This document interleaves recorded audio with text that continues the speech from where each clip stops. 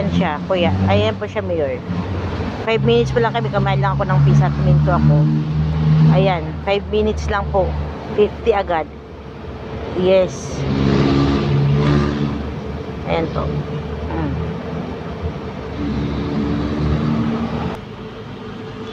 Ayan po. Yun. Ganun pala sa Manila. 5 minutes ka lang para huminto lang dahil sinusubo lang yung pagkain ng ng Pizza Hut. Bumili kasi kami ng Pizza Hut. So wala kaming padaan kami dito. Naghinto lang po kami para kumain sa Aristocrat. 5 minutes lang po, Mayor. Mayor Isko Moreno. 5 minutes lang po. Siningil kami agad ng bata mo dito ng 50 pesos. Yun po ba nakakarating? 8 o'clock.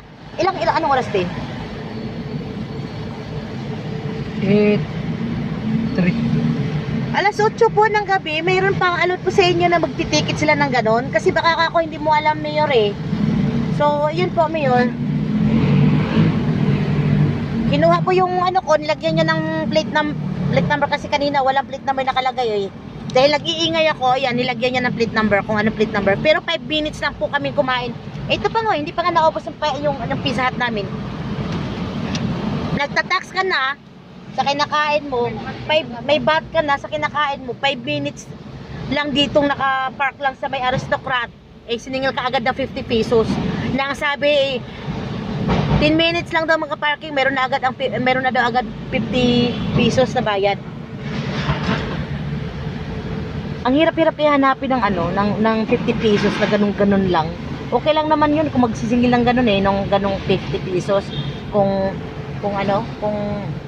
medyo tumagal, hindi makatao. 5 minutes lang po. 5 minutes ang tinagal namin dito. Matagal na pa 5 minutes. Mas mabuti pa nga sa ka magparking eh. Sabihin mo Valenzuela. Sa Valenzuela eh. Napakaganda pong Valenzuela sa parking dahil napakamura lang at kahit magtagal ka doon. Dito sa Manila ganito 20 pala. 20 pesos ang 20 pesos. 5 minutes lang sisingilin ka agad ng magkano te? 50. 50? Diyos Isang mio. kilong bigas pa yun. Yun po ba namumonitor nyo, Mayor?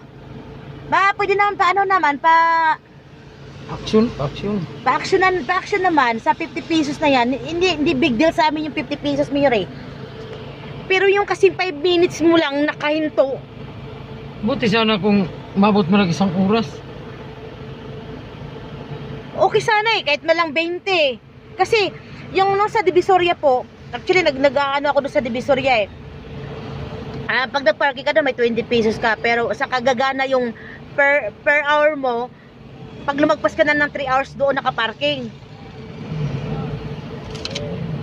Ano po? Yayaman ho kayo nito.